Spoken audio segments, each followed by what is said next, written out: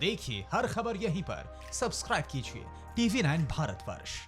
चमगादड़ की मिस्ट्री का कोरोना वायरस से इंसानों की मौत हो जाती है, लेकिन चमगादड़ कैसे बच जाता है? थोड़ी देर पहले हमने एक ब्रेकिंग न्यूज दिखाई थी आपको। सीधे चलेंगे जो हमारे साथ वायरोलॉजिस्ट हैं, डॉक्टर दीपक आचार्य, डॉक्टर राकेश श्रीवास्तव।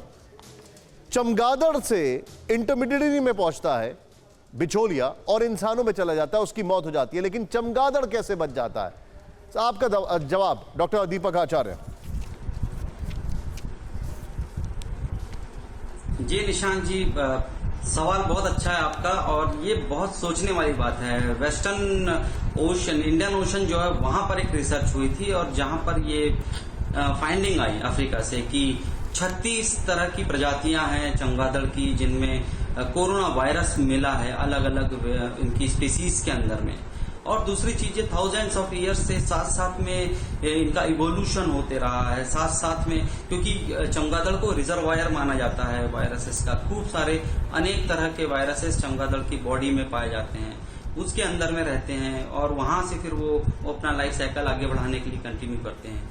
ये सबसे बड़ी सवाल जो आपने पूछा है कि चमगादड़ों को क्यों नहीं होता, तो ये हम लोगों के लिए बहुत बड़ा क्लू हो सकता है कि क्या ऐसा उसके शरीर में है जिसमें ये वायरस उस पर रिएक्ट नहीं कर रहा है। न सिर्फ कोरोना बल्कि और भी ऐसे बहुत सारे वायरसेस, बहुत सारे माइक्रोब्स हैं जो उसके ऊपर में रिएक्ट नहीं कर रहे हैं। तो ऐसी क्या वजह होगी जिसकी वजह से ये इनके ऊपर में उतना इफेक्टिव नहीं होता? मुझे एक चीज बताइए, उसके इंटरफेरेंस जो है, जो मैसेज देते हैं, जो सिग्नल देते हैं। हाँ, जी मैं आपसे एक चीज समझना चाह रहा हूं। ये चमगादड़ और भी कई सारे वायरसेस कैरी करता है, इसके अंदर ऐसा क्या होता है जो ये खुद अफेक्टेड नहीं होता है? जी,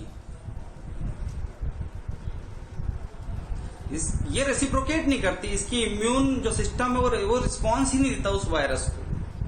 वो वायरस जैसे किराएदार की तरह रहता है, वहां रहता है उसके शरीर में और वहां से मूव कर जाता है। क्या चमगादड़ ने उस वायरस को छेड़ने की नहीं सोची, या हमने ह्यूमन रेस ने कहीं ना कहीं वायरस को डिस्टर्ब किया है, हमने छेड़ने की कोशिश की? देखिए साथ साथ में इवोल्यूशन हुआ है, साथ साथ में इवोल्यूशन हुआ है। और जिस तरह की मोड ऑफ फंक्शनिंग हम ह्यूमन बॉडी में देख रहे हैं, जिस तरह से अटैक करता है ह्यूमन सेल्स पर आकर, उसको देखें। और उसके बाद एक छोटा सा टाइनी क्रिएचर देख रहे हैं हम जो 30 साल जीता है इतने सारे वायरस रिजर्वायर्स के साथ में।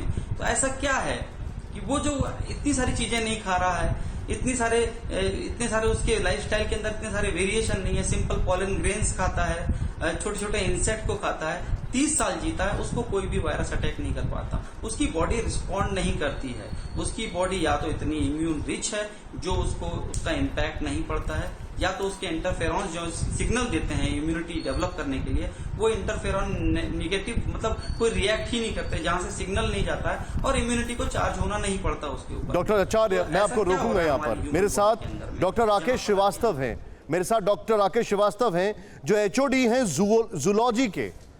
डॉक्टर श्रीवास्तव, मैं जो सवाल आपसे पूछ रहा हूं अपने सभी दर्शकों को मैं बताना चाहता हूं, ये बहुत बहुत गंभीर विषय है अब, क्योंकि अब वो ऐसा सवाल है जो आपके होश फाख्ता कर देगा।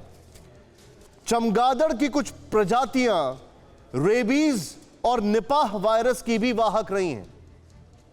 नंबर 1, जुलाई 2019 में कनाडा के वैंकूवर में रेबीज से 23 साल के एक व्यक्ति की मौत हुई। जांच में पुष्टि हुई कि रेबीज का वाहक चमगादड़ था। यह पार्ट 1 है, मतलब यह और चीजों का कैरियर है। लेकिन अब एक और चिंता का विषय सर जो मैं आपसे जानना चाह रहा हूं, साइंटिस्ट ने म्यांमार के अंदर 6 नए तरीके के कोरोना वायरस डिस्कवर किए हैं बैट्स में। यह एक था, 6 और हैं। आपके इन दोनों पर क्या रिएक्शन है? चमगादड़ से कितना बड़ा खतरा है डॉक्टर राकेश?